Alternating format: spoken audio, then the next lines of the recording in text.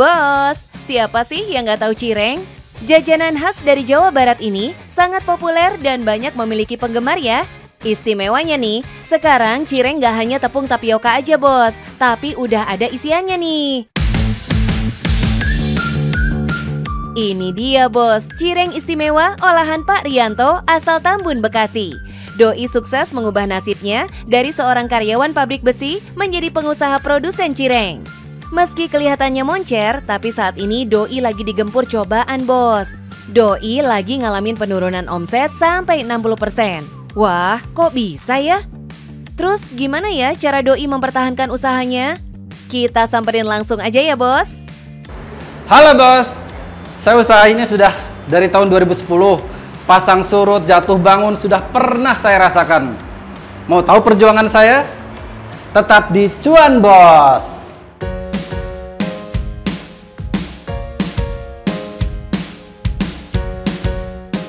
Wah, sudah 1 dekade lebih nih bos, Pak Rianto mengarungi bisnis cirengnya. Tapi produk Doi emang gak kaleng-kaleng nih bos.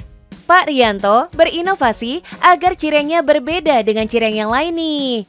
Cireng buatannya memiliki bentuk dan rasa yang berbeda-beda. Seperti bentuk bintang, hati maupun kotak.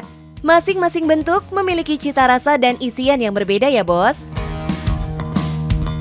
Mulai dari rasa keju, kornet, maupun hati ayam. Jadi bisa juga nih, jadi cemilan bergizi buat si bocil.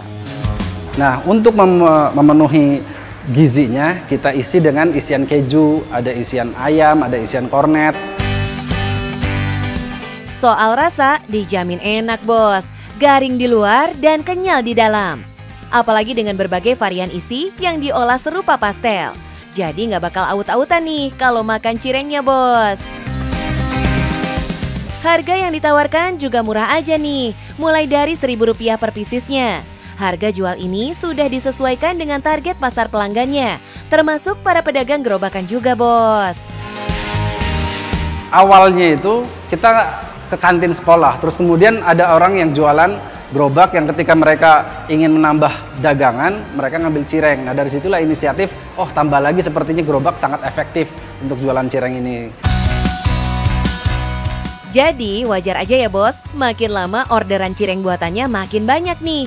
Yang awalnya Pak Rianto cuma bikin di rumah aja, sampai akhirnya tahun 2012 Doi bisa bangun pabrik produksi cireng yang setiap harinya bisa menghasilkan sampai 10.000 cireng.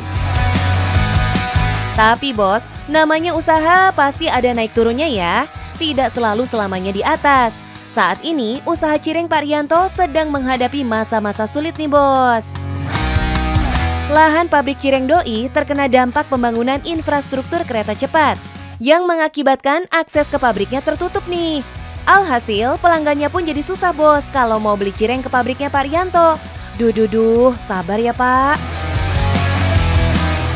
Banyak pengaruhnya karena yang biasa langganan lewat itu mereka lewat mampir untuk beli, sekarang sulit. Nah itu termasuk yang membuat omset turun juga. Selain lokasi, Doi juga harus bersaing dengan pengusaha cireng lainnya bos. Bukan hanya omsetnya aja yang mengalami penurunan, Pak Rianto juga harus mengurangi jumlah karyawan di pabriknya. Dari 23 orang karyawan, sekarang hanya tinggal 7 karyawan aja nih bos. Doi harus benar-benar mengencangkan ikat pinggang supaya usahanya bisa survive. Kebayang nggak bos, dulu omsetnya Pak Rianto ini bisa menyentuh 180 juta per bulan. Tapi sekarang di angka 60 juta aja udah bersyukur banget nih bos. Gak mau menyerah dengan kondisi yang dialaminya, Pak Rianto putar otak agar usaha cirengnya bisa terus berjalan. Demi menyelamatkan usahanya yang berada di ujung tanduk ini, Doi pun mencoba berjualan secara online di segala platform bos. Ya terus belajar dari teman-teman ataupun dari kita lihat di banyak kan di channel-channel YouTube, kita terus belajar, melihat, kemudian mempelajari, memperhatikan, kemudian kita sedikit-sedikit praktek. Kadang-kadang gagal, kadang-kadang tidak tepat, tapi alhamdulillah sedikit demi sedikit jadi ngerti, paham. Mau belajar dan mulai beradaptasi dengan perkembangan zaman menjadi kunci Pak Rianto berhasil bertahan sampai sekarang. Dengan produksi cirengnya yang sudah mulai merangkak naik, Dari hanya 2.000, sekarang sudah 4.000 cireng per hari. Wah, mantap ya bos. Awalnya, Doi cuma iseng doang bos berjualan cireng. Dengan modal awal hanya Rp700.000, Doi berjualan cirengnya dengan menitipkan ke kantin-kantin sekolah yang ada di sekitar rumahnya. Ya awalnya iseng-iseng, tapi lama-lama kok cuannya lebih gede daripada kerja.